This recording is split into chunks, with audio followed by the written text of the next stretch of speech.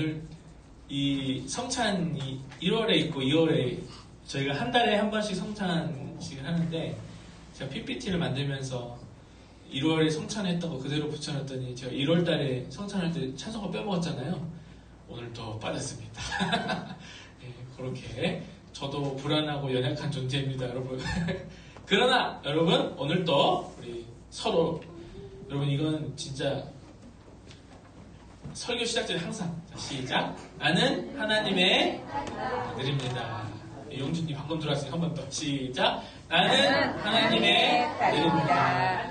지금 안 하신 분 3분 계세요. 자, 크게 선포하듯이 시작. 나는 하나님의 아들입니다. 좋습니다. 옆 사람 보고 이름을 불러주세요. 네, 노경래 님과 옆에 계신 분이 이춘호 권사님입니다. 네, 자, 옆 사람 보고 이름을 부르시면서 당신은 시작.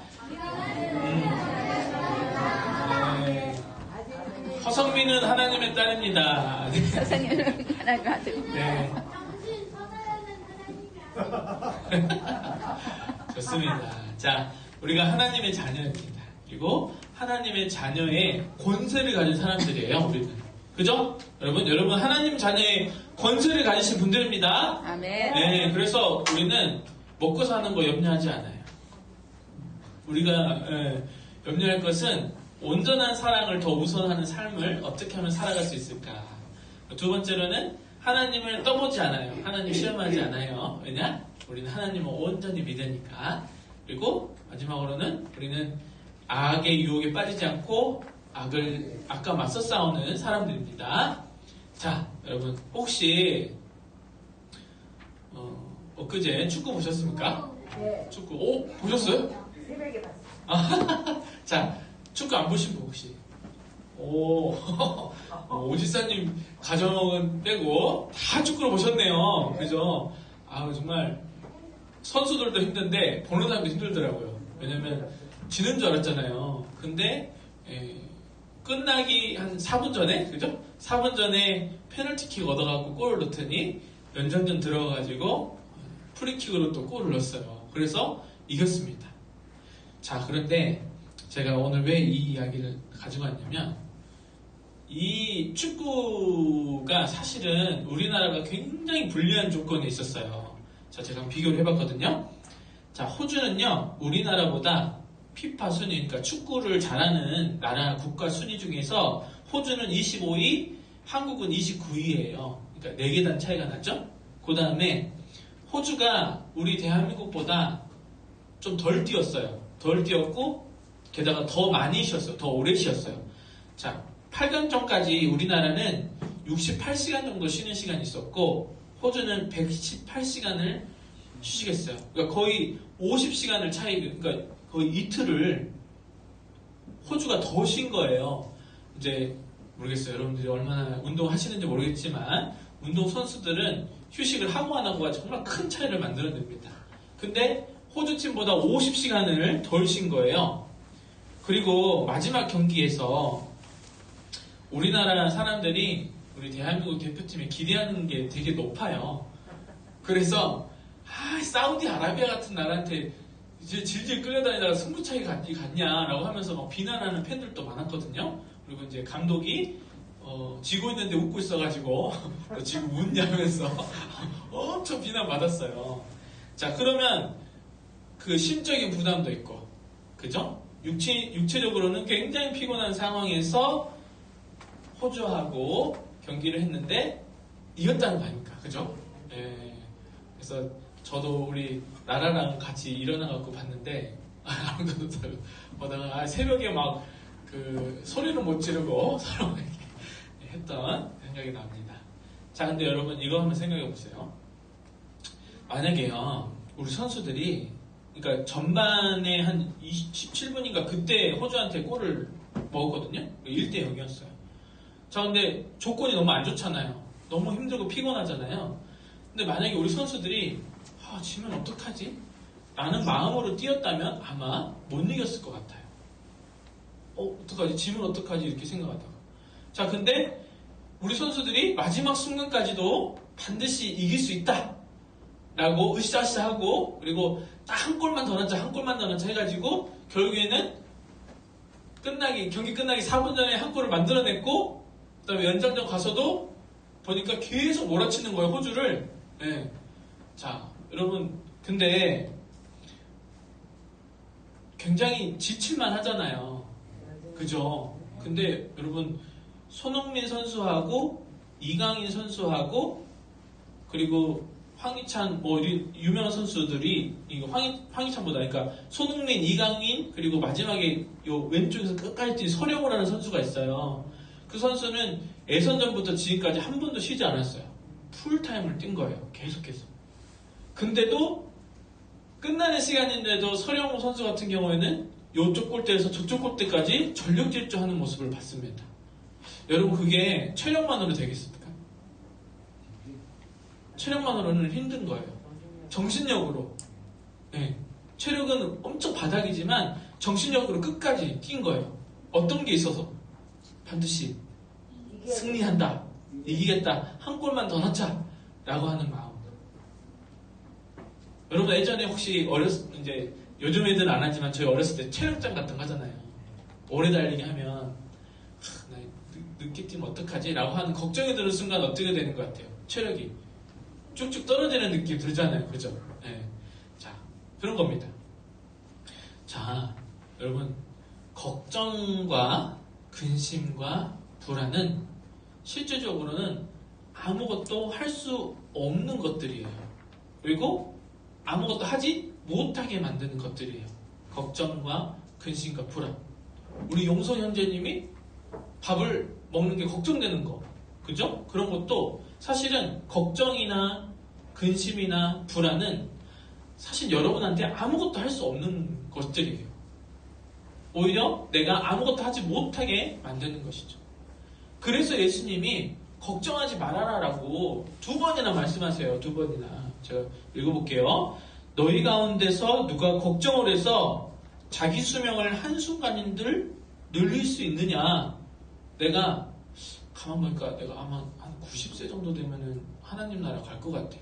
근데 우리 손주들 보니까 내가 한 5년 더 살아야겠는데 이렇게 자기가 생각한다고 그 생명을 늘릴 수 있어요? 못 늘려요. 저 머리카락 빠져갖고 머리카락 더 나고 싶다 라고 생각한다고 더 납니까? 안 나요. 여러분 아무리 걱정해도 안 돼요. 근데 예수님이 그러시잖아요. 그래, 너 걱정한다 아무것도 아닌데 왜 자꾸 걱정을 하느냐 라고 말씀하시면서 2번째 말씀. 그러므로 내일 일을 걱정하지 말아라. 내일 걱정은 내일이 맡아서 할 것이다. 내가 아니고 내일이 맡아서 할 것이래요. 한날의 괴로움은 그날에 겪는 것으로 족하다. 그러니까 걱정하지 말아라 라고 말씀하시는 거예요. 자, 그런데 여러분 예수님의 말씀이 걱정하지 말아라 라고 하시는데 솔직히 한번 이야기해 봅시다. 걱정이 안 됩니까? 걱정이 되죠? 네, 이게 당연한 거예요. 왜냐? 우리는 연약하고 불안한 존재예요. 제가 아까도 찬송가 빼먹으면서 말씀드렸지만 연약하고 저도 몇 번씩 이게 살펴보거든요. 제가 한번 딱 만들고 대충 만드는 게 아니에요. 근데도 빼먹게 되는 거예요. 우리는 연약하고 불안한 존재예요. 자, 그런데 우리가 또 걱정하게 될 수밖에 없는 상황이 있죠. 왜? 세상이 우리를 그렇게 만들어요. 여러분 제가 객관적인 지표예요. 가구당, 우리 가족당 실제적인 순자산이라고 하면은 이제 내가 그 재산으로 칠 수 있는 것들이 역사상 그 IMF 이후로 처음으로 감소를 했습니다. 한 가구당 보통 순자산이 4,230만 원 정도 된대요. 네, 4,230만 원. 근데 그게 줄었어요. 3,900만 원 정도로. 그게 무슨 말이냐면 물가는 상승하고, 그죠? 나라 경제는 점점 지표가 높아지는데 우리 가족들은 더 잘 살게 됐다는 거예요? 가난하게 됐다는 거예요? 가난하게 됐다는 거예요. 3,900만 원으로 줄었어요. 근데 이 중에서 늘어난 게 있어요. 뭐가 늘어났냐면 금융자산이 늘어났다. 이 말은 무슨 말이냐면 금융자산은 어떤 자산이에요? 돈 넣고 돈 먹기. 여러분 주식에서 돈 버는 사람들은 어떤 사람들이죠?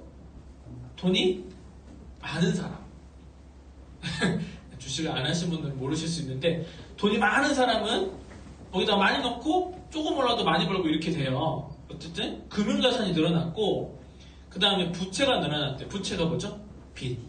빚이 늘어났대. 그 다음에 또 늘어난 거 뭐요? 임대 보증금. 예. 이제 집이 없어서 임대로 사는 사람들의 보증금이 높아졌다는 거예요. 자, 이거 보면은 걱정이 안 할 수가 없죠. 자,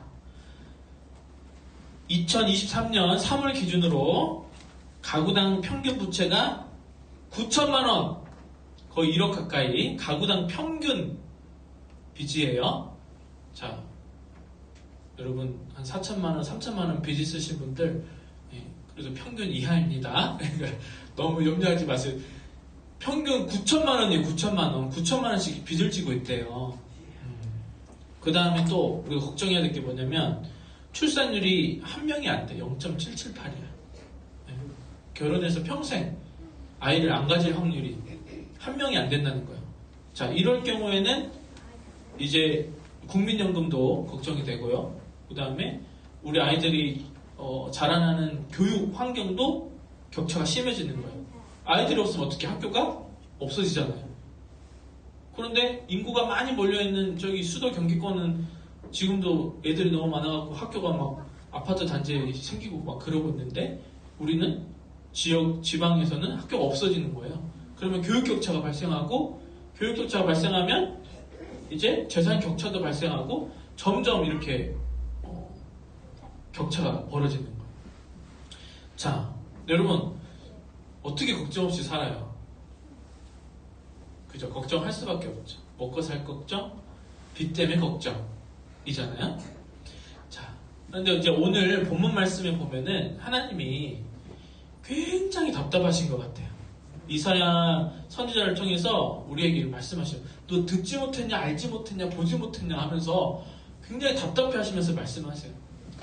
야, 내 아버지가 누구냐? 라고 지금 말씀하시는 거거든요. 그래서 본문을 보면 첫 번째, 너의 아버지는 우주 만물을 창조하신 분이야. 세상의 모든 사람들이 먹고 누리고 사용하는 모든 것들에 출발을 하시는 분이 하나님이시다. 나다 바로 니네 아버지야 라고 하시고 계세요. 두 번째, 만왕의 왕을 다스리는 통치자. 야, 너 괴롭혀? 내가 그거 맘만 먹으면 그냥 먼지처럼 쓸어버릴 수 있어 라고, 그런 게 네 아버지야 라고 말씀하시는 거예요. 뭐 트럼프, 푸틴, 뭐 시진핑 그냥 후 하면 날려버리는 그런 분이 바로 너의 아버지야 라고 말씀하고 있어요. 자, 그 다음 세 번째, 전지전능하신 하나님. 걱정거리가 하도 너무 많아. 한 10년 뒤에 나 뭐 해야 되냐, 뭐 먹고 사냐 이렇게 하고 있는데 하나님의 지혜는 무궁해서 너가 10년 걱정할 거 나는 100년 앞을 내다보고 저 멀리 더 내다볼 수 있는 아버지야 라고 지금 말씀을 다 하시는 거예요. 자, 너의 아버지가 누군지 알아라 제발. 답답해 죽겠다 하시면서 내 아버지가 이런 분이시다. 그러면서 내가 이렇게 위대하고 큰 아버지가 바로 내 하나님인데, 근데 하나님이 마지막에 하시는 거예요. 이 뭐냐면 지친 사람에게 힘을 준다. 나는 필요한 사람에게 힘을 주고 기력이 다한 사람을 일으키는 게 바로 네 아버지야. 뛰어도 지치지 않고 걸어도 피곤하지 않게 하는 것이 바로 아빠, 너의 아빠야. 우리 아빠, 우리 아버지. 자,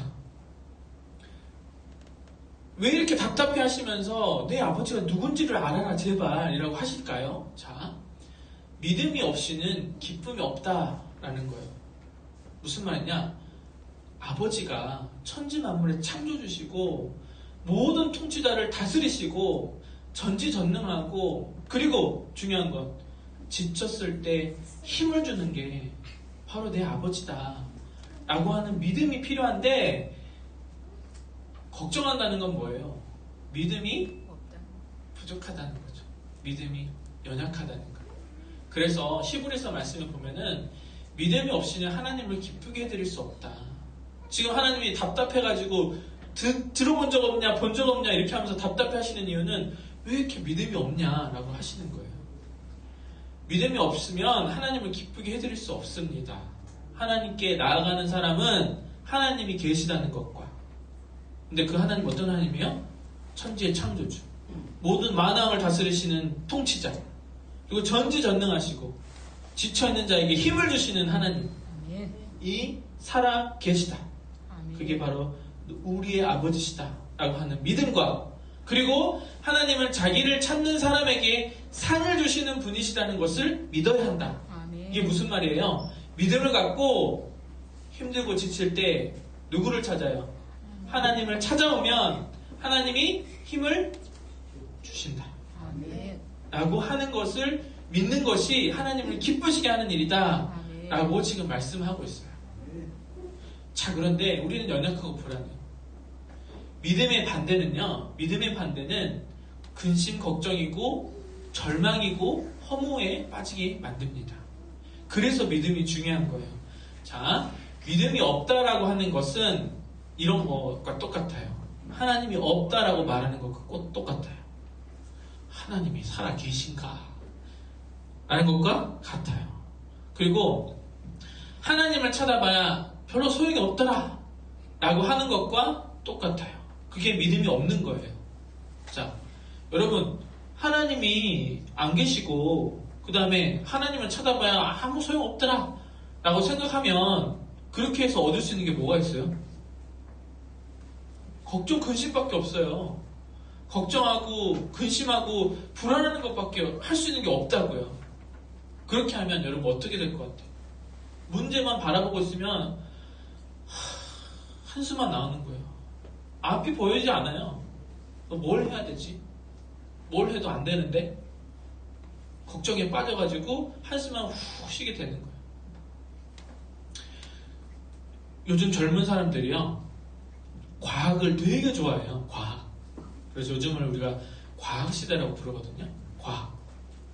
그래서 과학이 뭐예요? 눈으로 보고 증명이 가능해야 돼요. 그렇잖아요? 네. 그러니까 자꾸 하나님이 없다라고 이야기하는 사람들이 많아요. 제가 대학교 다닐 때 리처드 도킨슨이라는 사람이 만들어진 신이라는 책을 쓴 사람이에요. 그 사람이 진화생물학자거든요. 그래서 하나님은 없다, 신이라는 건 없어요. 리처드 도킨슨이 말하면 그 사람이 뭐라고 그러냐면 신은 그냥 사람이 만들어낸 거래. 그러니까 사람이 생각으로 만들어낸 거래요. 그래서 막 과학, 진화론으로 막 이렇게 멋지게 막 설명을 해요. 그거를 듣고 과학을 좋아하는 젊은 청년들이 오, 맞다. 우리는 하나님이 지은 게 아니고 그냥 유전자가 이게 물려받아가지고 요만한 그 눈에 보이지도 않는 미생물에서 이렇게 진화가 돼갖고 지금 꼭 사람이 나왔다 이렇게 하면서 아 그래 우리가 뭐 신을 두려워할 게 뭐가 있냐 라고 하면서 너 우리 맘대로 살아라 라고 하면서 굉장히 인기를 많이 받고 세계적인 베스트셀러가 됐단 말이에요. 자, 근데 중요한 거 요즘에 저 유튜브 보니까 또 우리나라에도 유명한 진화생물학자가 있습니다. 이게 최재천 교수라고. 최재천 교수와 그리고 이제 김상옥이라고 하는 물리학자가 있어요. 두 교수가 이제 과학에 대해서 젊은이들한테 유튜브로 많이 설명하는데 제가 그걸 보니까 좀 화가 났어요. 왜냐면 최재천 교수한테 학생들이 찾아와서 이렇게 물어보더래요. 아, 교수님의 강의를 들으면 아주 약간 허무하다. 왜 허무하냐? 아니, 우리가 어떤 삶의 의미가 뭔지를 찾을 이유가 없다. 왜요? 진화하면 되잖아요. 근데 그냥 유전자만 이렇게 물려주면 된다는 거예요, 생물학적으로. 삶의 의미에 대해서 찾을 수가 없다라고 이야기를 했을 때, 최재천 교수가 어떻게 대답을 했냐면, 그래, 나도 모르겠다. 뭐 이런 식으로 이렇게 대답을 하는 거예요. 여러분, 근데 사실은 그게 얼마나 무책임한 일이에요. 어른의 입장에서. 삶의 의미를 고민하고, 삶의 의미를 찾고 싶어서 자기를 찾아온 제자에게, 나도 모르겠다. 라고 말하는 것은, 그걸 보면서, 이게 정말 학자의 태도가 맞나라는 생각이 들었어요. 왜냐면 이제 저는 약간 분야가 다르니까. 근데 어쨌든, 신이 없다라고 말하는 것은 허무하고 목적이 없어요. 삶의 의미를 찾을 수가 없어요. 특히나 과학 삶의 목적을 말하지 않아요. 선과 악을 말하지 않아요. 자, 그렇게 하면은요, 여러분, 우리가 어떤 게 있냐면, 기회주의자들 있잖아요. 기회 있을 때. 사람들은 다 옳은 것을 바라보면서 목숨 바쳐서 거기에 싸우고 있는데, 기회주의자들은 딱 보고, 아, 저기 가면 죽고, 여기 가면 살아. 라고 생각하고 빨리 사는 방향으로 갔을 때, 그런 사람들을 우리가 비난할 수 없어요. 진화론적으로 따지면. 왜? 환경에 적응을 잘한 거잖아요. 그죠? 그러면은 이완용이나 우리 지지난주에 이야기했었던 김마리아와 김환란 서로 비교했잖아요. 김환란 같은 사람들 비난할 수 있어요, 없어요? 없어요.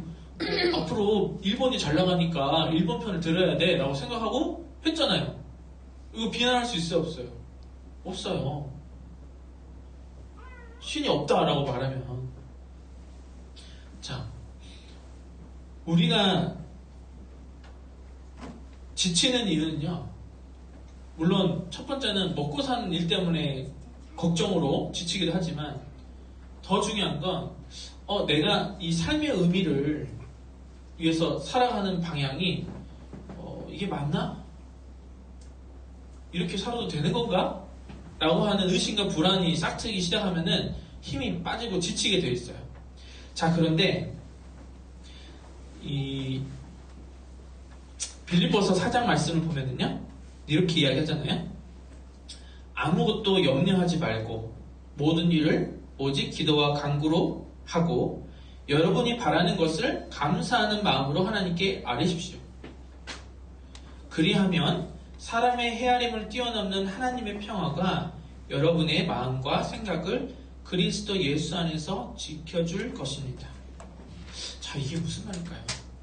자, 우리는 불안하고 연약한 존재이고 걱정을 할 수밖에 없는 그러한 존재예요.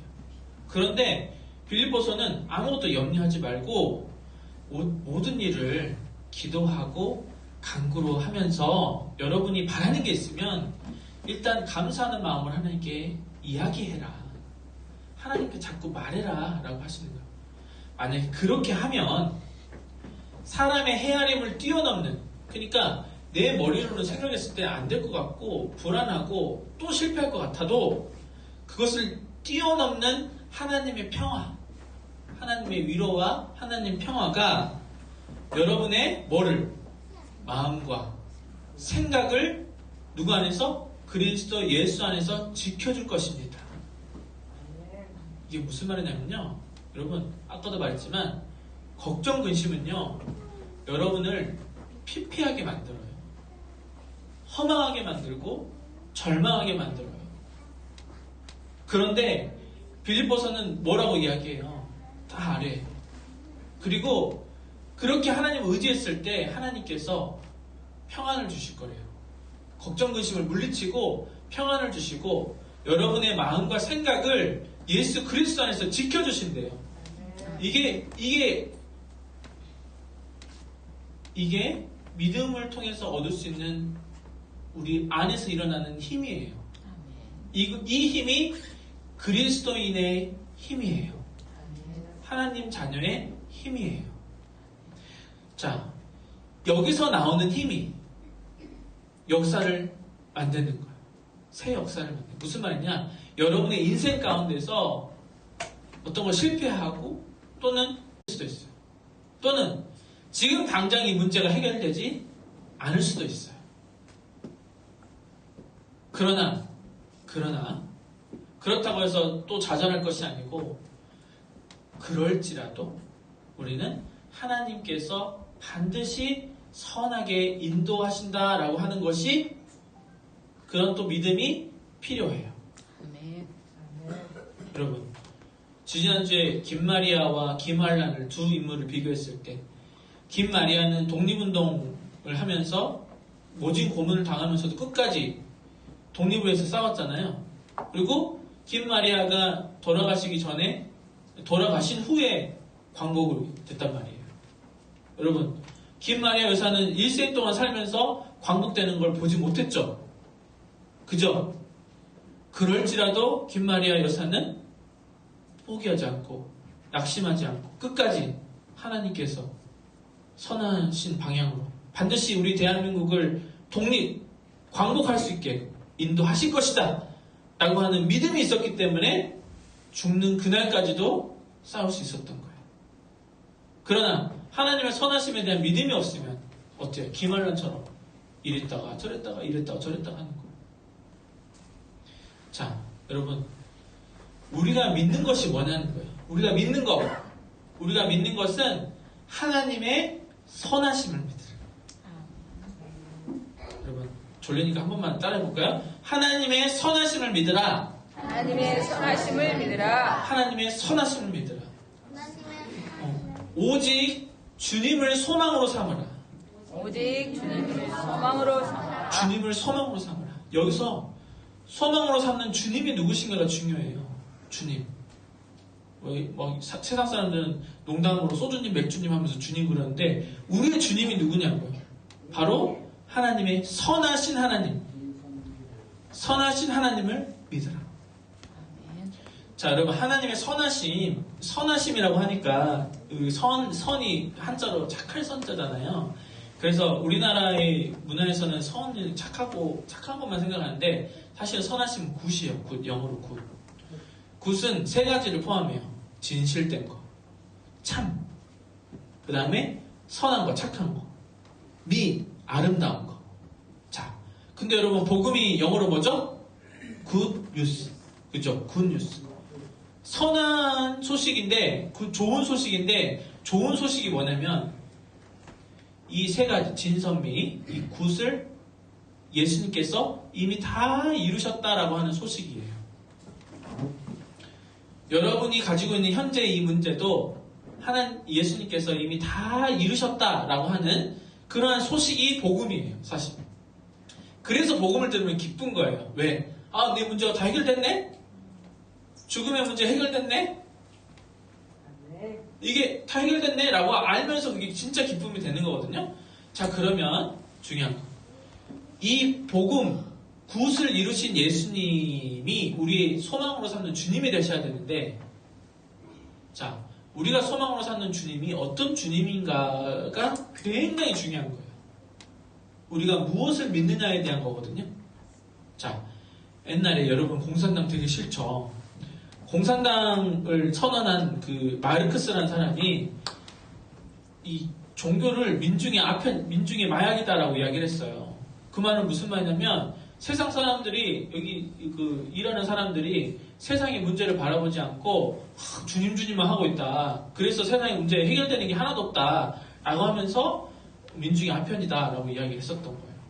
자, 그러면 여러분 우리가 진짜 믿는다고 하는 그 주님이 누군지를 우리가 명확하게 알아야 돼요. 자, 우리가 소망하는 주님은요, 누구시냐면 성육하신 하나님이에요.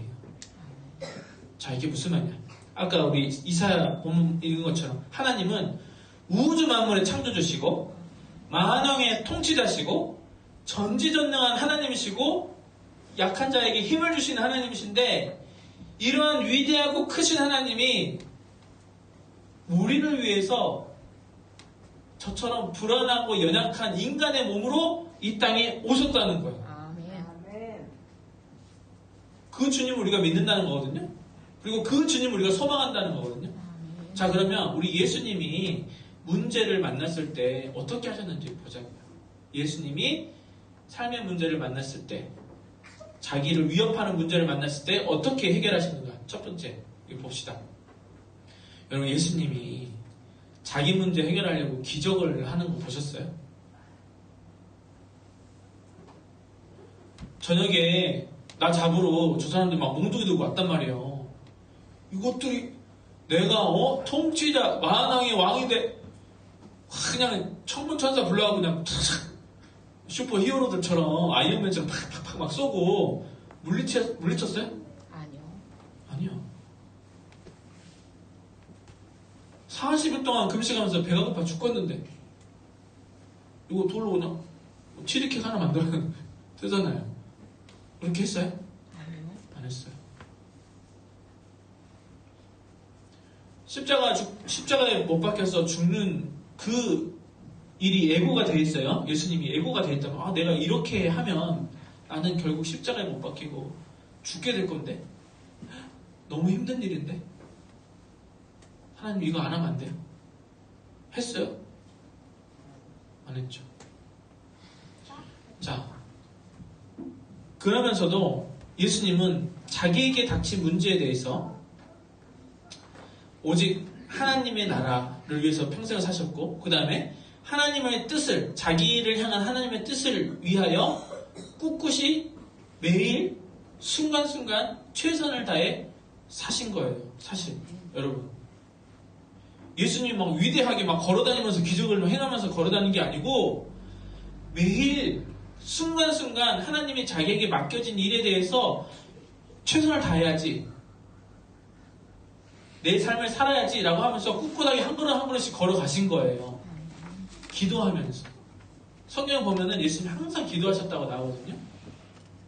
여러분 힘들수록 뭐 해야 돼요? 기도하면서 하나님에 대한 믿음으로 지금 당장 내 앞에 당장 막닥뜨린 문제를 헤쳐나가면서 가신 거예요. 기적 같은 거 없이. 자, 이게 바로 선하신 하나님을 향한 온전한 믿음이 있기 때문에 이게 가능한 일이에요. 십자가 위에서 죽는 순간까지도 예수님은 죽음의 끝이에요. 지금 죽기 일부 직전이에요. 그런데 예수님이 큰 소리로 부르짖어서 말씀하십니다. 아버지, 내 영혼을 아버지 손에 맡깁니다. 내 평생 아버지 때문에, 아버지를 위해서 살아왔는데 나를 이렇게 죽게 내버려 두신다고요? 어떻게 이럴 수 있어요? 이게 아니고 마지막 죽는 순간에도 아버지, 내 영혼을 아버지 손에 맡깁니다. 끝까지 의지하는 거예요. 끝까지. 자, 여러분, 여러분을 괴롭히는 문제, 그게 경제적인 문제가 될 수 있고 자녀의 문제가 될 수도 있고 뭐 인간관계 문제가 될 수 있죠. 그게 여러분의 십자가라고 생각해 보세요. 이게 지금 당장 해결되지 않을지라도 예수님을 보세요. 지금 아파 죽겠는데 이렇게 하면서 걱정한 게 아니고 어떻게 해요? 죽는 그 순간에도 하나님 제 영혼을 아버지 손에 맡겨드립니다. 어디를 바라보고 있어요, 예수님은? 아픈데 바라보는 게 아니고 하나님을 바라보는 거예요.